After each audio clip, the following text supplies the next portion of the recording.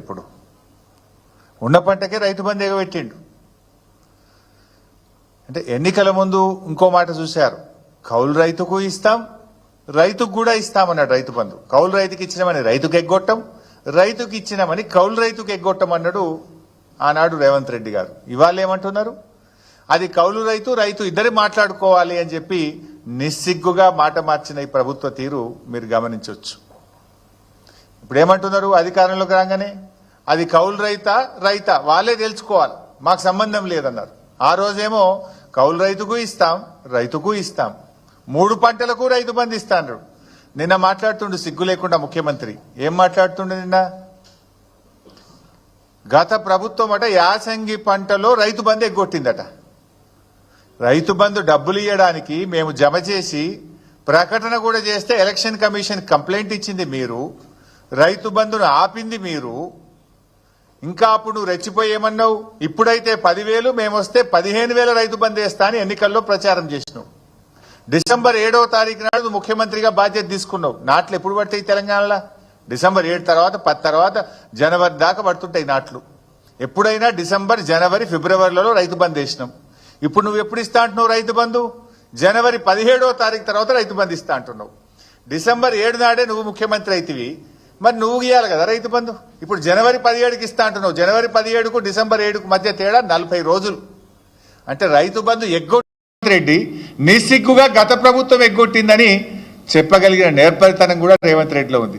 అంటే దొంగే దొంగ అన్నట్టు ఈయన ఎగ్గొట్టింది రేవంత్ రెడ్డి, రైతు బంధును ఆపింది రేవంత్ రెడ్డి, కేసీఆర్ ఎగ్గొట్టిండు, బీఆర్ఎస్ ప్రభుత్వం ఎగ్గొట్టిందని ఉల్టా చోర్ కోత్వాల్కు డాంటే అనే విధంగా మాట్లాడిండు.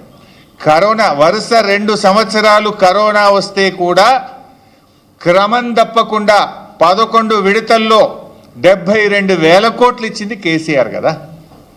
రైతు బంధు, రైతు బీమా కలిపితే 82,000 కోట్లు రైతులకు నేరుగా లబ్ధి చేకూర్చిన నాయకుడు కేసీఆర్, నిజమైన రైతు బంధువు కేసీఆర్.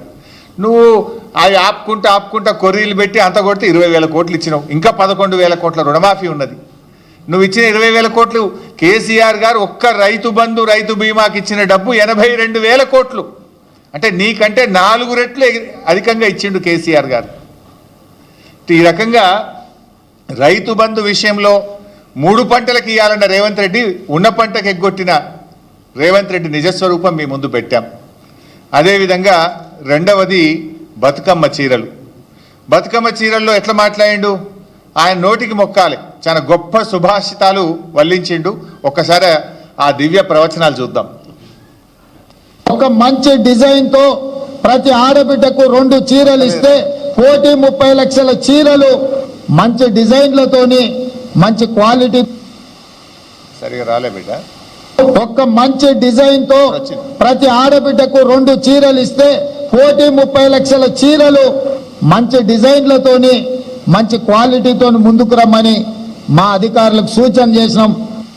ఒక్క మంచి ఆ రోజు ఏమో కేసీఆర్ గారి ప్రభుత్వం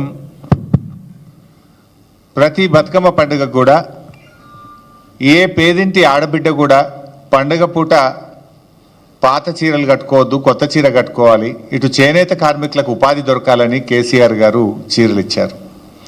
ఏమన్నాడు రేవంత్ రెడ్డి గారు, చాలా మంచి డిజైన్లు ఇస్తాం, ఒక్క చీర కాదు 2 చీరలు ఇస్తా అన్నాడు. కానీ ఉన్న చీర ఎగబెట్టిండు కదా రేవంత్ రెడ్డి. మన తెలంగాణలో ఆడపిల్లల్ని మహాలక్ష్మిలుగా చూస్తాం. జనరల్గా ఆడపిల్లలకు కట్నం పెడతామంటే ప్రాణం పోయినా సరే ఆడపిల్ల కట్నం తప్పకుండా ఇస్తాం, చెల్లించుకుంటాం, వాళ్ళ మాట తప్పకుండా ఇస్తూ ఉంటాం. ఆడపిల్లకు మాట ఇచ్చి తప్పితే అది పెద్ద పాపంగా మనం తెలంగాణలో భావిస్తూ ఉంటాం. మరి అలాంటి ఆడపిల్లల్ని, మన అక్కా చెల్లెల్ని మోసం చేసినటువంటి చరిత్ర ఇవాళ రేవంత్ రెడ్డి గారిది. ఆ రోజేమో 2 చీరలు ఇస్తా అన్నాడు. 2 చీరలు కాదు కదా, కనీసం జాకెట్ పీస్ కూడా ఇవ్వలేన. జాకెట్ పీస్ కూడా ఇవ్వలే. పండుగ పూట ఆడపిల్లల్ని రేవంత్ రెడ్డి ఏ రకంగా బాధ పెట్టిండో, ఏ రకంగా మోసం చేసిండో ఆయన డబుల్ స్టాండర్డ్స్ ఇప్పుడు మన మహిళల విషయంలో చూసాం. అదేవిధంగా మూడోది ఎల్ఆర్ఎస్ చూపిస్తానా. అప్పుడు ఎల్ఆర్ఎస్ మీద ఏఆర్ఎస్ ఏందో ఒక్కసారి చూద్దాం. ఏఆర్ఎస్ అంటే ఏందనుకుంటున్నారా? LRS అయిపోయింది, ఎంఆర్ఎస్ తెస్తాడంట. పెద్ద మంచి లేని పెద్ద మంచి